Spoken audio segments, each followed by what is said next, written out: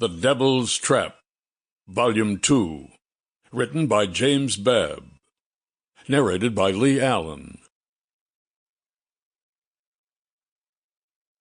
Prologue.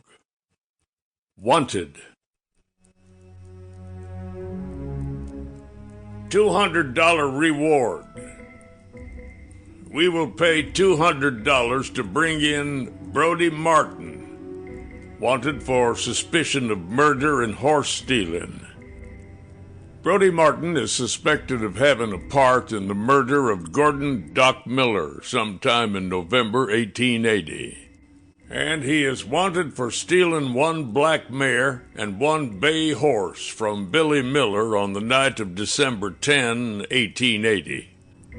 Description: Brody Martin is near 5 feet 4 inches tall, 100 to 130 pounds weight, thin body, around 15 years of age, brown eyes, straight brown hair, medium complexion, good even teeth. He has a large scar above his left eye through his eyebrow. Has the appearance of being a burn. He is from Sebastian County and may be hiding in Indian territory. He was traveling with a murderer, the Negro known only as Amos. Amos is about 45 years of age, tall and lean, curly black hair peppered with gray. Has a slight limp and multiple scars. He has deep grooves in his face and has a mean temper. Send information at my expense to Billy Miller of Sebastian County, Fort Smith, Arkansas.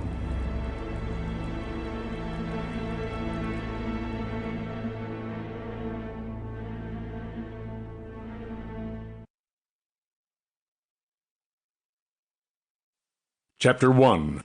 Indian Territory. Spring 1881. Brody eased forward, placing each step carefully. The leaves were damp from the early morning dew, but the twigs underneath were still brittle and crunched under his weight. A large shadow moved deep in the forest, and Brody froze. He kept his eyes focused on the distant shape as it slowly disappeared behind a large tree.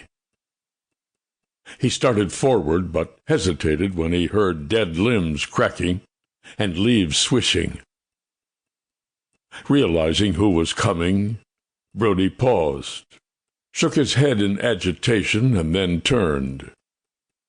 He struggled to keep his voice to a whisper.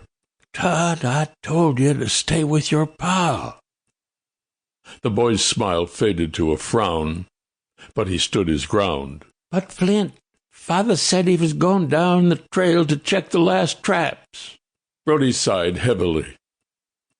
Todd grinned at that, and Brody couldn't help but let go of his aggravation and grin back.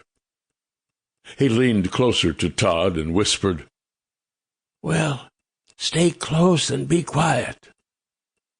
I saw something moving down there." He pointed to the large oak near the bottom of the ridge and then held his finger against his lips. "I think it's a deer." Todd nodded. His shaggy black hair shifted back and forth. Brody turned and carefully picked his way down the wooded hill. Behind him, twigs snapped, and a soft sound filled the air. Pap, pap, pap. He glared back at Todd.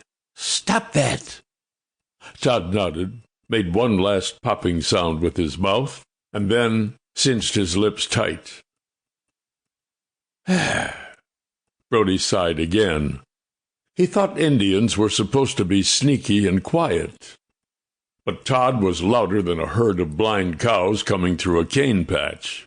"Step where I step and don't make a sound." He watched Todd using trees to help keep his balance as he struggled to place his feet in Brody's footprints. They continued down the ridge. The boy had turned out to be a little younger than Brody first thought.